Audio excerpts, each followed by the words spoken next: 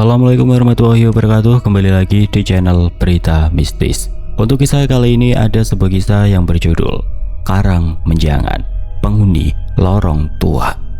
Sebelum kita lanjut ke ceritanya, tekan dulu tombol like video ini dan jangan lupa tekan juga tombol subscribe channel ini. Nyalakan juga lonceng notifikasinya agar tidak ketinggalan cerita-cerita lainnya. Dan buat teman-teman yang pengen belanja-belanja, nanti silahkan saja klik etalase yang ada di pojok kiri bawah, atau teman-teman bisa kunjungi link pembelian yang ada di kolom deskripsi. Dan seperti apa untuk kisah kali ini? Langsung saja kita masuk ke ceritanya.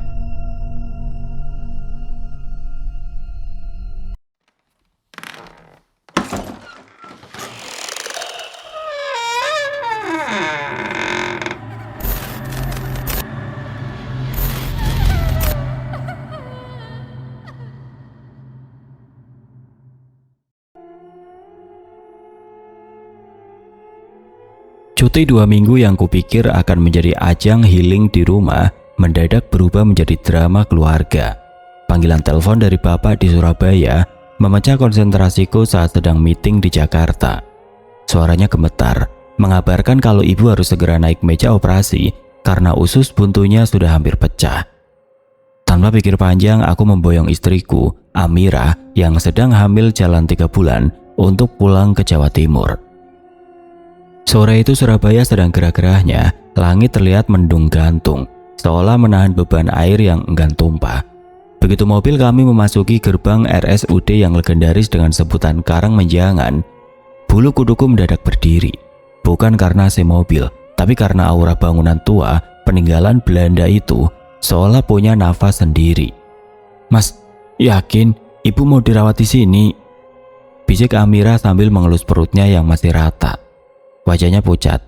Dia tipe orang yang sensitif dengan hal-hal halus. "Ini rumah sakit terbaik, Dek. Dokter-dokternya senior semua. Lagi pula kantorku kerjasamanya di sini. Jadi biayanya bisa di cover penuh." "Sayang kan kalau nggak dipakai?" Jawabku mencoba logis. Meski hatiku sendiri mencelos melihat deretan pohon angsana tua yang dahan-dahannya menjuntai, seperti tangan-tangan kurus yang ingin menggapai mobil kami. Kami turun di depan gedung pendaftaran. Bau lisol yang tajam langsung menyeruak, menusuk hidung, bercampur dengan aroma samar bunga kamboja dari taman tengah. Di sana aku melihat bapak sedang duduk di bangku panjang, terlihat sangat lelah. "Jas, akhirnya sampai juga," sapa bapak dengan senyum dipaksakan. "Ibumu sudah di dalam lagi puasa, besok sore operasinya. Tapi ya itu, ruangannya dapat di pavilion belakang. Katanya penuh semua." "Loh, bukannya saya pesankan VIP, Pak?" "Iya VIP, tapi bangunannya bangunan lama, Jas. Kamu tahu sendiri kan, Karang Menjangan ini luasnya kayak apa. Tadi suster yang antar bilang." "Sabar ya, Pak. Memang agak jauh jalannya, lewat lorong-lorong taman." Bapak menirukan ucapan suster itu dengan nada getir. Aku mencoba mencairkan suasana. "Alah bapak ini, VIP ya VIP, yang penting ibu nyaman. Soal bangunan tua kan malah estetik, kayak di film-film kolonial."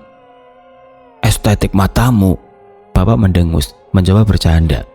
"Orang Surabaya kalau dengar nama Karang Menjangan itu, yang diingat bukan estetiknya, tapi penghuninya. Kamu jangan sok berani, nanti kalau sudah malam di sini baru tahu rasa." Amira makin erat memegang lenganku. "Tuh kan mas, bapak aja bilang gitu." Aku tertawa kecil. Meski dalam hati aku mulai menghitung jarak dari parkiran ke gedung rawat inap. Matahari mulai tenggelam, menyisakan warna jingga yang tampak memudar di balik gedung-gedung tua yang kusam. Di kejauhan aku melihat seseorang petugas kebersihan sedang menyapu daun kering di dekat sebuah bangsal kosong. Gerakannya lambat, sangat lambat, sampai aku bertanya-tanya apakah dia benar-benar manusia atau hanya sisa-sisa ingatan dari masa lalu yang tertinggal di lorong ini. "Sudah, ayo masuk. Gak usah bengong di parkiran, Pak Mali," ajak bapak. Kami melangkah masuk ke dalam lorong panjang yang remang-remang. Langkah kaki kami menggema di atas lantai tehel abu-abu yang dingin. Saat itu aku belum tahu bahwa 2 minggu cutiku ini akan menjadi 2 minggu paling panjang dan mengerikan dalam hidupku. Selepas maghrib, suasana rumah sakit berubah drastis. Jika siang tadi hiruk-pikuk keluarga pasien dan mahasiswa kedokteran yang berlalu lalang membuat tempat ini terasa hidup. Kini, kegelapan seolah menelan setiap sudut bangunan. Ibu akhirnya dipindahkan ke ruang inap VIP setelah observasi singkat di ruang transit. "Mas, aku balik dulu ya sama bapak. Kasihan, bayinya kalau kelamaan di rumah sakit. Hawa orang sakit gak bagus buat janin." Pamit Amira. Wajahnya masih pucat, tangannya dingin saat menyalamiku. "Ya dek, hati-hati pak. Titip Amira ya. Kabari kalau sudah sampai rumah," kataku melepas mereka di lobi depan pavilion. Aku kembali masuk ke dalam, mengekor di belakang dua suster yang mendorong berangkar ibu. Kami harus melewati serangkaian lorong panjang untuk mencapai pavilion VIP, yang letaknya agak menyempit di bagian belakang komplek. Langkah kaki para suster yang memakai sepatu karet itu menimbulkan suara decit-decit yang ritmis di atas lantai tehel tua, memecah keningan yang mencekam. "Sus, kok lewat sini? Bukannya tadi lewat taman tengah lebih dekat?" Tanyaku mencoba memecah kesunyian. Suster yang di sebelah kanan yang wajahnya tertutup masker medis rapat hanya melirik sekilas tanpa menoleh penuh. "Taman tengah lagi ada perbaikan pipa mas, lewat sini saja, lebih tenang buat pasien," jawabnya datar. Suaranya terdengar serak, seperti orang yang jarang bicara. Kami melewati deretan taman-taman kecil yang dipisahkan oleh sekat tembok tinggi.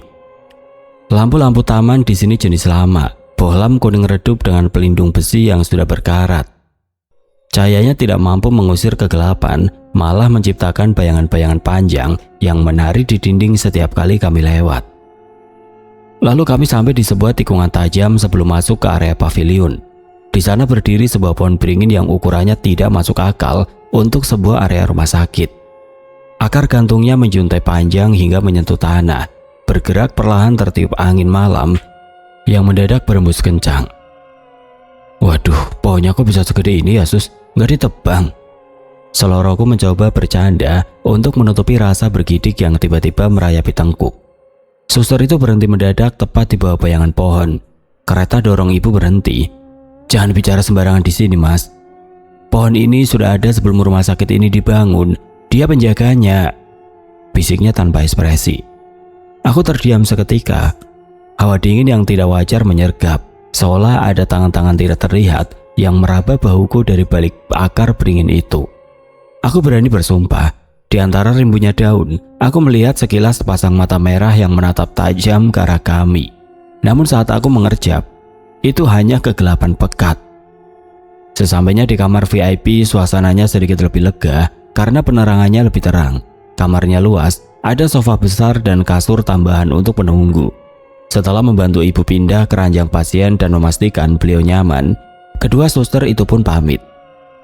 "Kalau ada apa-apa pencet bel saja, tapi kalau sudah lewat jam 12 malam, mohon sabar ya mas, perawat jaga cuma sedikit di bagian sini," kata suster satunya lagi sambil tersenyum tipis. Senyuman yang entah kenapa terasa dipaksakan. Aku mengunci pintu kamar dari dalam. Ibu sudah mulai mengantuk karena pengaruh obat penenang sebelum puasa operasi besok. Aku merebahkan diri di kasur penunggu, mencoba membuka HP untuk mengusir rasa sepi. Namun setiap kali mataku terpejam, bayangan pohon beringin tadi kembali muncul. Tiba-tiba, kertak. Suara seperti dahan patah terdengar dari arah jendela kamar yang menghadap langsung ke arah taman beringin tadi. Aku menoleh perlahan. Tirai jendela sedikit tersingkap dan di balik kaca yang berembun, aku melihat bayangan sesuatu yang tinggi besar berdiri diam, menempel di kaca seolah sedang mengintip ke dalam kamar. "Cuma halusinasi, Jas. Cuma halusinasi," bisikku pada diri sendiri sambil menarik selimut hingga ke hidung. Tapi jantungku tidak bisa berbohong. Detaknya terdengar keras di telingaku sendiri, bersaing dengan suara detak jam dinding yang seolah melambat. Malam makin larut dan sunyinya pavilion ini mulai terasa menekan gendang telinga. Jam dinding di atas pintu kamar ibu menunjukkan pukul 1:30 malam. Ibu sudah terlelap pulas, nafasnya teratur, kontras dengan hatiku yang masih berdegup tidak karuan. Aku mencoba mengalihkan perhatian dengan scrolling media sosial, tapi sinyal di sini timbul tenggelam, seperti sedang dipermainkan. Tiba-tiba perutku mulas. Efek kopi saset yang kuminum di kantin tadi sore sepertinya mulai bereaksi. Aku celingak-celinguk mencari pintu toilet di dalam kamar. Sial, Ternyata ini bangunan VIP model lama yang renovasinya belum tuntas. Wastafel ada tapi urusan panggilan alam harus dilakukan di toilet komunal di ujung koridor. Aduh, lupa aku.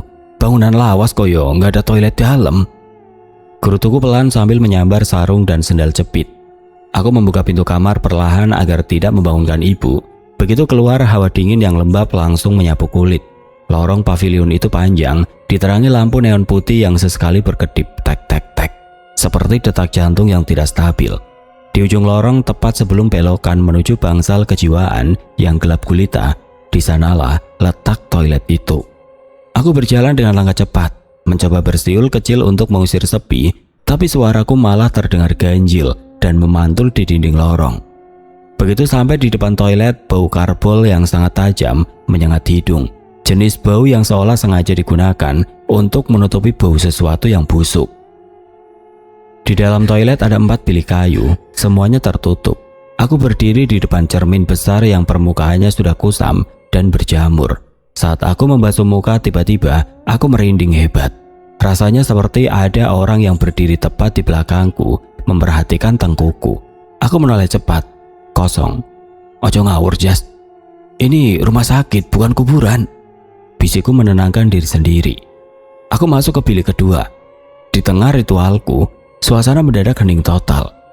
Suara jangkrik dari taman luar hilang, yang ada hanyalah suara tetesan air dari keran yang bocor. Lalu terdengar suara itu. Serak, serak, serak. Suara sapu lidi yang menyapu daun kering di atas lantai semen. Suaranya berasal dari koridor luar, tepat di depan pintu toilet. Siapa yang serajin itu menyapu jam 1 pagi.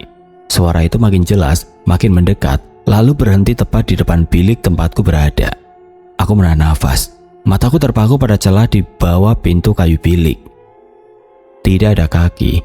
Seharusnya kalau ada orang berdiri di sana, aku bisa melihat bayangan atau ujung sendalnya. Tapi di sana kosong, hanya lantai semen yang dingin. Namun suara serak-serak itu tetap terdengar, seolah sapu itu bergerak sendiri tanpa tangan yang memegang. Siapa itu? Tanyaku dengan suara bergetar. Bukannya jawaban, suara sapu itu malah berubah menjadi suara tawa lirih seseorang wanita.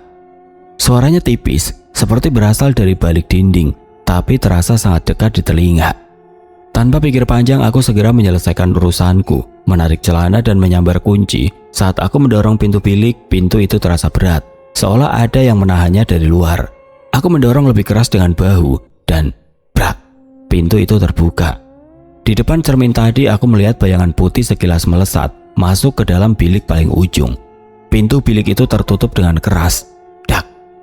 Aku tidak menunggu lebih lama lagi. Aku lari tunggang langgang keluar dari toilet. Sialnya saat di tikungan, kakiku tersangkut kabel mesin pembersih lantai yang tergeletak. Aku jatuh tersungkur di tengah rasa sakit di lutut. Aku mendengar suara ngik-ngik dari arah lorong bangsal kejiwaan yang gelap. Sebuah kereta dorong tanpa muatan berjalan perlahan keluar dari kegelapan, meluncur sendiri menuju ke arahku. Jangkrik! Umpatku sambil bangkit berdiri dan lari secepat kilat masuk ke kamar ibu. Aku mengunci pintu, menyandarkan punggung di sana sambil terengah-engah. Keringat dingin bercucuran. Ibu masih tertidur, tapi posisi tidurnya berubah. Sekarang beliau menghadap ke tembok, dan di atas kepalanya, di atas sandaran ranjang rumah sakit, aku melihat sebuah tangan pucat dengan kuku-kuku hitam panjang sedang membelai rambut ibu dengan lembut. Aku memejamkan mata rapat-rapat sambil merapalkan doa sebisa yang kuingat. Saat aku membuka mata lagi, tangan itu hilang. Tapi bau rokok kelobot atau bau tembakau bercampur menyan mulai memenuhi kamar yang tertutup rapat itu. Matahari siang itu di Surabaya terasa seperti menyengat sampai ke tulang. Tapi entah kenapa di dalam pavilion VIP ini, hawa dingin tetap saja merembes dari sela-sela dinding tua. Kejadian di toilet semalam membuatku tidak berani tidur sampai subuh. Wajahku kuyuh, kantung mataku menghitam. Asli Jas, kamu lari gara-gara suara sapu lidi. Mungkin itu petugas kebersihan yang rajin banget. Atau jangan-jangan itu cuma perasaanmu karena lapar. Tawa Ardi meledak di dalam kamar ibu. Ardi, sepupuku yang berprofesi sebagai pedagang onderdil motor ini, memang tipe orang yang dablek alias keras kepala. Dia datang siang itu membawa martabak dan tawa khasnya yang membahana. Saat aku ceritakan kejadian semalam, Dia malah menganggapnya sebagai hiburan gratis. Duh Dik, kamu belum ngerasain sendiri. Bau rokok kelobotnya itu loh, kayak ada kakek-kakek nempel di kupingku. Balasku sambil menyuap martabak, mencoba mencari kekuatan. Tenang Mas, malam ini aku temenin. Aku penasaran pengen lihat suster atau raksasa yang kamu ceritain. Lumayan buat konten status WhatsApp. Guraunya sambil mengedipkan mata. Aku cuma bisa mendengus, dasar orang nekat. Malam pun tiba pukul 23.15. Suasana pavilion mulai memasuki fase hening yang menyakitkan. Ardi yang tadinya cerewet mulai sering terdiam. Kami duduk di bangku panjang di depan kamar ibu, sekedar mencari angin karena di dalam kamar terasa pengap meski AC menyala. Jas, kok sepi banget ya? Perasaan tadi jam 10 masih ada orang lewat. Bisik Ardi, suaranya tidak selantang tadi siang. Kan sudah aku bilang, di sini jam 11 itu rasanya kayak jam 3 pagi. Tiba-tiba dari arah ujung lorong dekat ruang otopsi terdengar suara langkah kaki yang seragam. Perlahan tapi pasti, muncullah seorang perawat dengan seragam putih bersih. Wajahnya tertutup masker, diikuti oleh 3 orang yang berjalan menunduk. Mereka mendorong sebuah kereta jenazah atau berankar yang tertutup kain jarik coklat kusam. Yang aneh adalah suaranya. Tidak ada suara isak tangis dari keluarga yang mengikuti, hanya suara roda kereta yang sesekali berderit halus. Saat mereka melewati kami, Ardi mendadak kaku. Dia yang tadinya duduk menyilang kaki, langsung merapatkan badannya ke arahku. Aroma yang terbawa oleh rombongan itu sangat aneh. Bukan bau mayat yang menyengat, tapi bau formalin yang sangat tajam bercampur dengan aroma bunga kantil yang menusuk saraf penciuman. Begitu mereka lewat, aku melihat ujung kaki jenazah itu menyembul dari balik kain jarik. Kakinya pucat, kebiruan dan ada label kuning yang terikat di jempolnya. Mas Anjas, bisik Ardi, suaranya bergetar hebat. Kamu lihat nggak tadi? Lihat apa? Mayatnya? Bukan, perawatnya tadi. Dia nggak punya tumit mas, jalannya jinjit, tapi nggak napak. Ardi mencengkeram lenganku kuat-kuat, keringat dingin mulai membasahi dahinya. Aku terdiam. Aku memang tidak memperhatikan kaki perawat itu tadi, tapi reaksi Ardi yang biasanya gagah berani kini terlihat seperti bocah yang ketakutan, membuat nyaliku ikut ciut. Sudah jangan dibahas, kita masuk aja yuk. Bentar mas, aku mau ngerokok dulu di depan. Kalau masuk sekarang aku nggak bisa mimpi buruk. Ardi mencoba mencari alasan untuk tetap di luar, padahal aku tahu dia hanya mencoba melawan rasa takutnya. Kami baru saja akan berdiri ketika tiba-tiba lampu lorong di depan kami mati satu persatu. Mulai dari ujung dekat kamar mayat, lampu itu padam, seolah-olah ada sesuatu yang berjalan mematikan saklarnya secara beruntun. Kegelapan merayap mendekati kami. Tepat sebelum lampu di atas kepala kami mati, aku mendengar suara bisikan di belakang leherku. Suara laki-laki tua yang berat dan serak.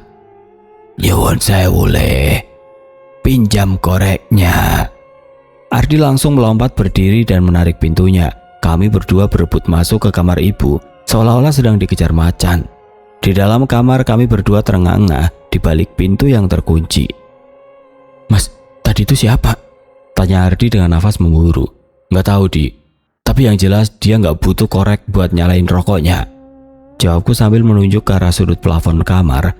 Di sana, kepulan asap putih berbau kelobot mulai turun perlahan-lahan seperti kabut, menyelimuti ranjang tempat ibu tertidur pulas.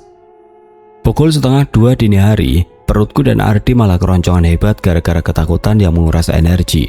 Di kamar, bau rokok kelobot itu perlahan menipis, tapi suasana tetap terasa sesak. Ardi yang tadinya sok jagoan sekarang duduk meringkuk di sofa sambil terus memandangi pintu.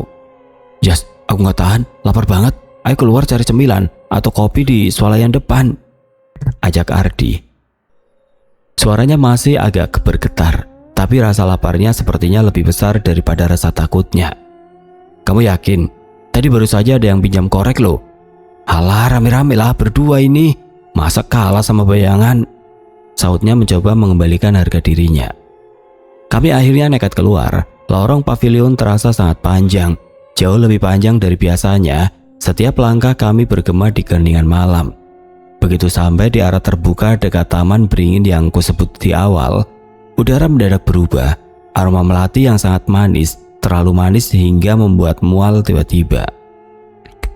"Wangi banget, Jas. Ada pohon melati ya di sini?" tanya Ardi polos. "Mana ada melati di tengah rumah sakit begini, Dik. Ayo cepat jalan," bisikku mempercepat langkah. Tepat di tikungan menuju pintu keluar gudang, kami melihatnya dari arah bangsal bedah muncul seorang suster yang mendorong kereta jenazah. Suara roda depan kereta itu yang pincang bergesekan dengan lantai semen. Bunyinya menyayat hati di tengah kesunyian. Suster itu tampak sangat kontras dengan lingkungan sekitarnya. Seragamnya putih bersih tanpa noda sedikit pun. Wajahnya sangat cantik. Kulitnya putih porselin dengan rambut yang tersisip rapi di balik kap perawatnya. Namun ada yang salah. Tatapannya lurus ke depan, kosong dan aroma mukanya sedingin es kutub. "Cantik banget susternya, Jas. Perawat baru kali ya?" bisik Ardi, matanya sempat terpesona sejenak. Tapi pesona itu hanya bertahan 3 detik. Begitu kereta jenazah itu berada tepat di samping kami, aroma melati yang wangi tadi mendadak lenyap, berganti dengan bau yang sangat mengerikan. Bau anyir darah segar yang bercampur dengan aroma daging busuk yang sudah berhari-hari. Baunya begitu padat, seolah-olah bisa disentuh. Aku melirik ke arah jenazah yang di atas kereta. Kain penutupnya tersingkap sedikit karena guncangan roda yang pincang. Aku melihat lubang besar di bagian perut jenazah itu, dengan jaringan daging yang menghitam dan dikeruputi belatung yang bergerak-gerak aktif, meski jenazah itu harusnya baru saja lewat. Suster itu tiba-tiba menghentikan keretanya. Tepat di depan kami, dia menoleh perlahan, layarnya berbunyi krek. Dia tersenyum, sebuah senyuman yang sangat lebar, terlalu lebar untuk ukuran manusia normal, hingga sudut bibirnya hampir menyentuh telinga. "Mau dibantu, Mas?" tanyanya dengan suara yang terdengar seperti 2 batu yang saling bergesekan. Enggak, Sus. Permisi," teriakku spontan. Aku menarik kerah baju Ardi dan kami lari tunggang langgang kembali ke arah kamar. Persetan dengan kopi dan cemilan, kami berlari melewati lorong yang rasanya tidak bisa habis. Di belakang kami suara ngik-ngik itu terdengar makin cepat, seolah suster itu ikut berlari mengejar kami sambil mendorong kereta jenazah. Kami membanting pintu kamar VIP dan langsung menguncinya rapat-rapat. Ardi jatuh terduduk di lantai, wajahnya pucat pasi seperti mayat yang baru saja kami lihat. "Jas, tadi itu susternya nggak punya bayangan di bawah lampu," bisik Ardi sambil terengah-engah. Aku tidak menjawab, aku hanya menatap ke arah jendela. Di sana di balik kaca yang berembun, aku melihat pantulan suster itu berdiri diam di luar, menatap ke dalam kamar dengan senyum lebarnya yang mengerikan, sementara tangannya yang pucat mengetuk kaca perlahan. Tok, tok, tok. Malam ketika di Karangmenjangan terasa lebih berat. Ardi sudah menyerah. Dia pamit pulang sore tadi dengan alasan ada urusan mendadak di bengkelnya. Aku tahu itu cuma alibi. Wajahnya yang pucat saat pamit sudah menjelaskan semuanya. Kini aku sendirian menjaga ibu yang masih dalam masa pemulihan pasca operasi. Sekitar pukul 23.20, suasana pavilion mendadak berubah menjadi sangat sunyi. Jenis sunyi yang membuat telinga berdenging. Aku duduk di kursi kayu depan kamar, mencoba mengusir kantuk dengan bermain game di HP. Tiba-tiba, indera penciumanku menangkap sesuatu. Bukan bau melati, bukan pula bau busuk mayat. Ini adalah bau tembakau yang sangat khas, bau rokok kelobot. Baunya sangat tajam, seolah-olah ada seseorang yang duduk tepat di sebelahku dan mengembuskan asapnya langsung ke wajahku. Aroma jagung kering yang terbakar itu memenuhi rongga paruku. Waduh, siapa lagi nih? Gumamku sambil celingak-celinguk. Koridor itu kosong, namun asap putih tipis mulai muncul dari celah-celah tehel lantai. Asap itu tidak bergerak tertiup angin AC, melainkan merayap seperti makhluk hidup, mengumpul menjadi kabut hitam yang mulai menyelimuti ujung lorong. Anehnya, alih-alih masuk ke dalam kamar untuk berlindung, badanku terasa sangat ringan. Kakiku seolah digerakkan oleh benang-benang tidak terlihat. Aku berdiri, meletakkan HP di kursi dan mulai berjalan. Aku sadar sepenuhnya, tapi aku tidak punya kendali atas otot-ototku sendiri. "Mas, mau kemana?" Suara ibu terdengar lirih dari dalam kamar. Aku ingin menjawab, tapi mulutku terkunci rapat. Aku terus berjalan menuju ke arah taman tengah, tempat pohon beringin raksasa itu berada. Setiap langkahku terasa seperti menginjak kapas. Lorong yang biasanya terang kini tampak remang-remang, tertutup kabut hitam yang baunya makin lama makin menyesakan. Begitu sampai di bibir taman, bau rokok klobot itu mencapai puncaknya. Aku berhenti tepat di depan akar gantung beringin yang menjuntai seperti tirai kematian. Di sana kegelapan seolah memadat. Suara batuk yang sangat berat dan menggelegar terdengar dari arah batang pohon. Suara itu bukan suara manusia, getarannya terasa hingga ke dadaku, membuat jantungku berdenyut nyeri. Aku mendongak perlahan, mataku dipaksa untuk menatap ke atas. Di antara dahan-dahan besar yang rimbun, aku melihat kepulan asap yang sangat besar, dan di balik asap itu 2 titik cahaya merah sebesar piring menyala terang. Itu bukan lampu taman, itu adalah sepasang mata. Aku melihat sesosok raksasa hitam legam, tubuhnya dipenuhi bulu kasar, sedang duduk berjongkok di dahan beringin. Tingginya mungkin menyentuh atap gedung pavilion. Di tangannya dia memegang gulungan besar menyerupai rokok klobot yang ujungnya membara merah. Dia menatapku rendah, seolah-olah aku hanyalah seekor semut yang mengganggu waktu istirahatnya. Hawa panas menjalar dari pohon itu, sangat kontras dengan suhu rumah sakit yang dingin. Aku merasa paru-paruku terbakar oleh asap klobot yang dia hembuskan. Dalam hati aku terus menjerit, memanggil nama Tuhan, tapi lidahku keluh. Raksasa itu perlahan mendekatkan wajahnya ke arahku. Aku bisa melihat taringnya yang kuning menyembul dari balik bibirnya yang hitam. Dia tidak menyerah. Dia hanya menatapku dengan pandangan yang sangat dalam, seolah sedang membaca seluruh dosa dan ketakutanku. Masih muda, jangan banyak tingkah. Suara itu bergema langsung di dalam kepalaku, bukan melalui telinga. Detik berikutnya tekanan udara di sekitarku meningkat drastis, hingga aku merasa tulang-tulangku akan remuk.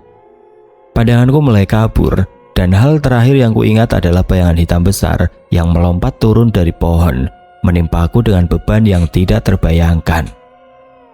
Aku terkapar di atas rumput taman yang basah dan dingin, tapi aku tidak bisa menggerakkan satu jari pun. Mataku terbelalak, dipaksa menatap lurus ke arah batang pohon beringin yang kini tampak berubah wujud. Dalam remang kabut hitam, gumpalan akar gantung itu seolah-olah berubah menjadi helai-helai rambut raksasa yang bergerak lambat. Sosok makhluk yang tadi kulihat di atas dahan kini sudah berada tepat di hadapanku. Dia berjongkok, lututnya yang berbulu hitam kasar berada sejajar dengan kepalaku. Bau rokok klobotnya kini bercampur dengan bau tanah kuburan yang baru digali, bau apek, lembab dan purba. Siapa Anda? Batinku menjerit, meski mulutku hanya mengeluarkan suara erangan kecil yang tertahan di tenggorokan. Makhluk itu tidak menjawab dengan kata-kata manusia. Dia hanya mengembuskan asap rokoknya tepat ke wajahku.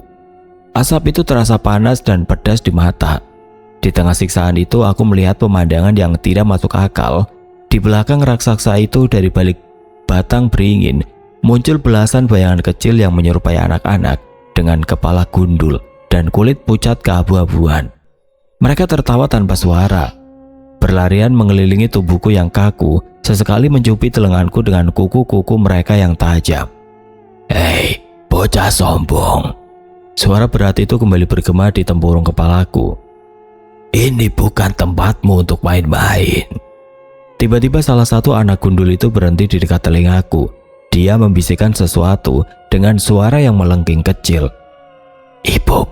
Ibumu wangi darahnya enak. Dek, jantungku seolah berhenti berdetak. Rasa takutku berubah menjadi amarah yang bercampur putus asa. Aku tidak peduli lagi dengan raksasa di depanku. Pikiranku hanya tertuju pada ibu yang terbaring lemah di kamar VIP. Dengan sisa tenaga yang entah datang dari mana, aku mencoba merapal ayat kursi di dalam hati. Awalnya terasa berat, lidah batinku terasa keluh. Namun aku terus memaksa. Allahu la ilaha illahu wal hayyul qayyum. Setiap bait doa yang kubaca, kabut hitam di sekitarku seolah-olah tersentak. Raksasa itu menggeram, suaranya seperti reruntuhan batu yang jatuh ke jurang. Dia berdiri, tingginya kini melampaui bangunan pavilion, menutupi cahaya bulan yang remang-remang. Dia mengangkat kakinya yang besar, bersiap untuk menginjakku. Pergi! Teriakku dalam hati dengan seluruh kekuatan iman yang tersisa. Dar, bukan suara ledakan, tapi sebuah getaran hebat menghantam dadaku. Tiba-tiba tekanan berat itu hilang. Raksasa dan anak-anak gundul itu lenyap seketika, seperti bayangan yang disapu lampu sorot. Aku terengah-engah, bangkit dengan sisa tenaga yang membuat seluruh persendianku nyeri. Namun suasana tidak lantas menjadi normal. Taman itu kini sunyi senyap, tapi bukan sunyi yang damai. Udara terasa sangat tipis. Aku menoleh ke arah lorong pavilion, berniat lari kembali ke kamar ibuku. Tapi lorong itu tampak berbeda. Dindingnya yang tadi putih bersih kini terlihat kusam, penuh dengan lumut hijau tua dan noda-noda kecoklatan yang tampak seperti rembesan darah lama. Aku berlari menyusuri lorong itu, tapi anehnya pintu kamar ibu tidak juga kutemukan. Setiap pintu yang kulewati hanya bertuliskan nomor-nomor yang asing dengan suara rintihan pasien dari dalam yang terdengar seperti suara hewan yang disembelih. "Ibu, ibu!" teriakku, tapi suaraku hanya memantul di dinding-dinding lembab itu. Hingga akhirnya langkahku berhenti di depan sebuah pintu besi berkarat yang sedikit terbuka. Di atasnya terdapat papan kayu yang sudah lapuk, bertuliskan kamar mayat, dilarang masuk. Dari celah pintu itu keluar aroma formalin yang sangat tajam, dan aku mendengar suara ngik-ngik yang sangat kukenal. Suara roda kereta jenazah yang pincang itu berasal dari dalam sana. "Gak mungkin, aku tadi lari ke arah kamar ibu," bisikku sambil gemetar. Bau formalin di sini sangat menusuk, membuat mataku perih dan berair. Baru saja aku ingin berbalik dan lari sejauh mungkin, tiba-tiba terdengar suara denting yang sangat asing di tempat ini. Suara itu berasal dari sebelah kanan pintu kamar mayat. Di sana, di sebuah sudut yang sangat gelap dan lembab, terdapat sebuah lift tua yang belum pernah kulihat. Pintunya terbuat dari besi berat berwarna hijau lumut, penuh dengan noda-noda coklat kehitaman yang tampak seperti kerak darah yang sudah bertahun-tahun tidak dibersihkan. Yang membuat bulu kuduku berdiri bukan hanya warnanya, tapi fakta bahwa lift ini terus bergerak. Jarum penunjuk lantainya berputar liar dari lantai 1 ke B2, lalu melompat ke lantai yang tidak tertera angkanya. Entah karena pengaruh hipnotis raksasa tadi atau karena rasa penasaran yang gila, tanganku bergerak sendiri, seolah ada benang halus yang menarik jemariku untuk menekan tombol panggil. Begitu jariku menyentuh tombol yang terasa dingin dan lengket itu, pintu lift terbuka dengan suara berderit panjang yang memilukan. Astaga, aku menutup mulut dengan telapak tangan. Di dalam lift itu, lampu neon kuning berkedip-kedip cepat. Di lantainya yang berkarat, aku melihat pemandangan yang akan menghantuiku seumur hidup. Tubuh seorang suster, mungkin suster cantik yang kulihat kemarin, tergeletak di sana. Tapi kondisinya tidak lagi cantik. Tubuhnya remuk, gepeng, seperti habis terlindas beban bertonton. Seragam putihnya kini berwarna merah pekat, basah kuyup oleh cairan yang terus merembes dari sela-sela tulang rusuknya yang menyembul keluar. Wajahnya menoleh ke arahku.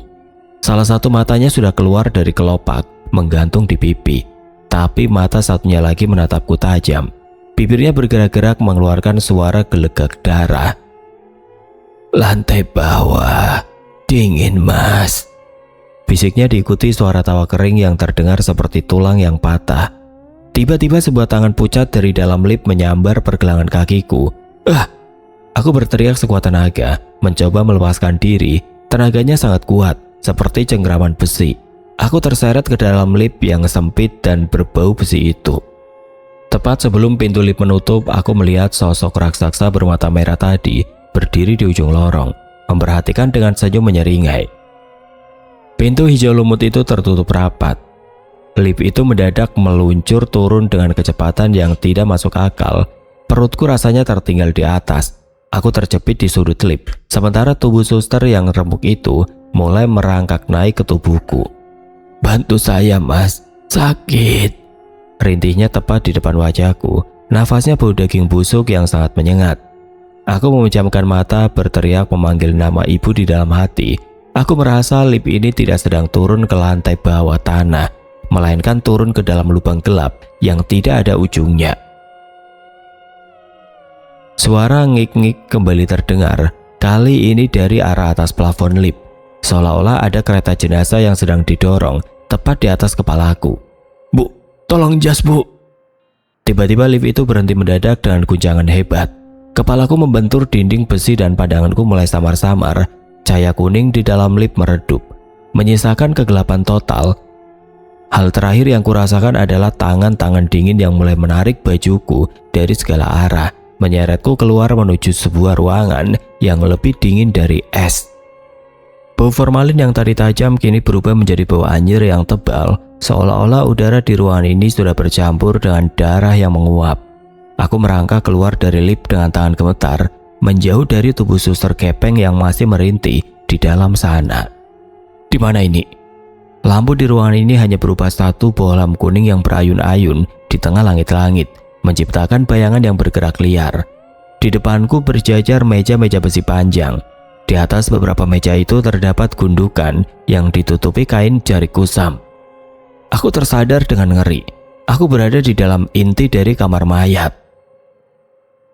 Suara telepon kuno berdering dari sudut ruangan yang gelap. Aku menoleh. Di atas sebuah meja administrasi tua yang kayunya sudah lapuk dimakan usia, sebuah telepon kabel berdering nyaring. Tidak ada orang di sana. Aku mendekat dengan langkah ragu, seolah-olah ada magnet yang menarikku saat aku berada di depan telepon itu. Deringnya berhenti. Tiba-tiba suara strek-strek muncul lagi, bukan di luar, tapi tepat di bawah meja tempatku berdiri.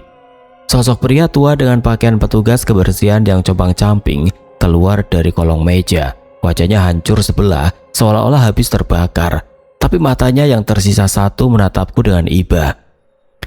"Le, kenapa kamu bisa sampai sini?" Suaranya parau, berat dan bergetar.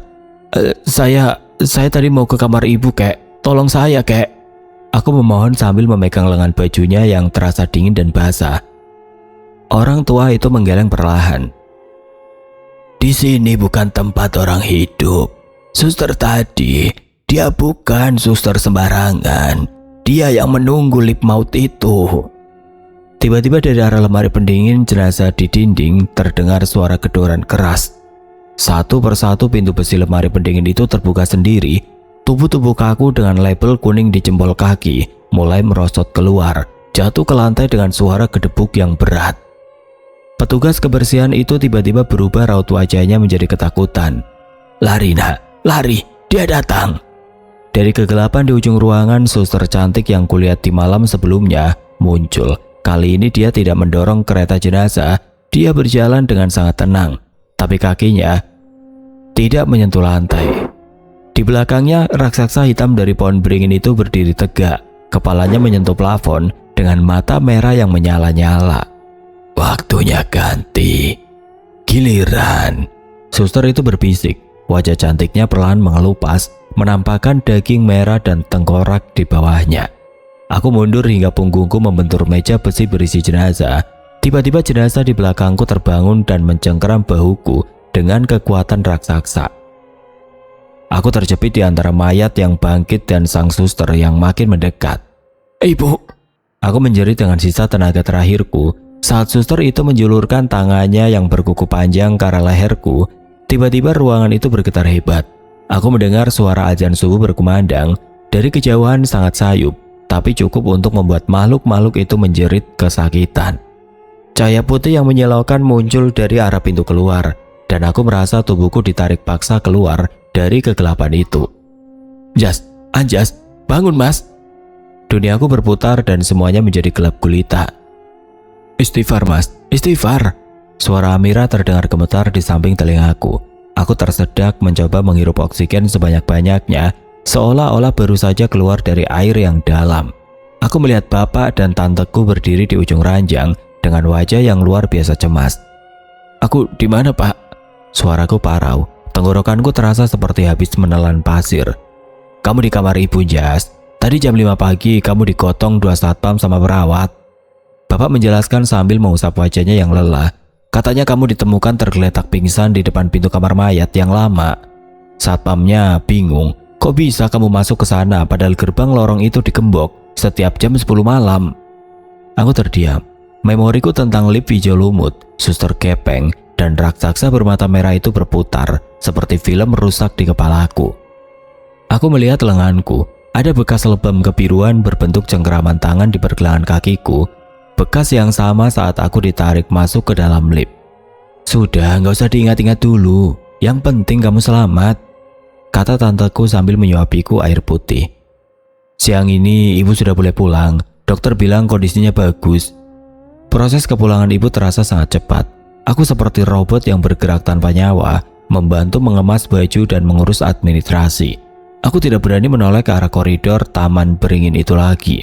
Rasanya setiap bayangan yang melintas di sudut mataku adalah sosok-sosok yang mencoba menarikku kembali. Siangnya kami bersiap meninggalkan rumah sakit Karang Menjangan. Tanteku yang menyetir mobil karena kondisiku masih lemas dan pucat. Aku duduk di kursi depan, sementara ibu dan Amira di kursi tengah. Saat mobil mulai bergerak perlahan meninggalkan area pavilion, aku merasa udara di dalam mobil mendadak menjadi dingin. Mobil kami melintasi area UGD yang sibuk. Di sana ambulan datang silih berganti dengan sirine yang meraung-raung. Tanpa sengaja, kepalaku menengok ke arah kiri, ke arah koridor penghubung antara UGD dan laboratorium tua. Di sana di bawah bayangan pohon angsana yang rimbun, aku melihat suster itu. Suster dengan seragam putih bersih dan wajah cantik porselin, berdiri diam di antara kerumunan orang yang panik. Dia tidak mendorong kereta jenazah lagi, tangannya terlipat rapi di depan tubuhnya. Ketika mata kami bertemu, dia perlahan mengangkat tangannya, melambai sangat pelan ke arahku. Dia tersenyum. Bukan senyuman mengerikan seperti di dalam lift, tapi senyuman manis seorang perawat yang seolah-olah berkata, "Sampai jumpa lagi." Dan yang membuat jantungku hampir berhenti adalah ketika aku melihat ke arah pangkuanku. Di sana di atas celana jeans yang kupakai, terdapat selembar kecil daun jagung kering, sisa dari rowok klobot yang dihisap raksasa itu. "Mas, kamu lihat apa?" tanya Amira sambil memegang bahuku. Enggak ada apa-apa, Dik," jawabku bohong sambil diam-diam meremas daun jagung itu dalam genggamanku dan membuangnya keluar jendela. Saat mobil keluar dari gerbang utama rumah sakit dan membelah keramaian jalanan Surabaya, aku bersumpah dalam hati, aku tidak akan pernah menginjakan kaki lagi di tempat itu, apapun alasannya. Karang Menjangan mungkin memberikan kesembuhan bagi raga ibu, tapi tempat itu telah mengambil sebagian dari ketenanganku selamanya. Sebab aku tahu, di lorong-lorong tua itu mereka masih di sana, menunggu giliran berikutnya, menunggu suara roda kereta yang pincang bergema di tengah malam. Oke teman-teman, sekian untuk kisah kali ini. Bagaimana menurut kalian tentang kisah ini? Tulis komentar kalian di kolom komentar. Dan buat teman-teman yang baru bergabung, jangan lupa untuk like, komen, share, serta subscribe channel ini. Dan nantikan kisah-kisah horor berikutnya tetap di channel Berita Mistis. Wassalamualaikum warahmatullahi wabarakatuh.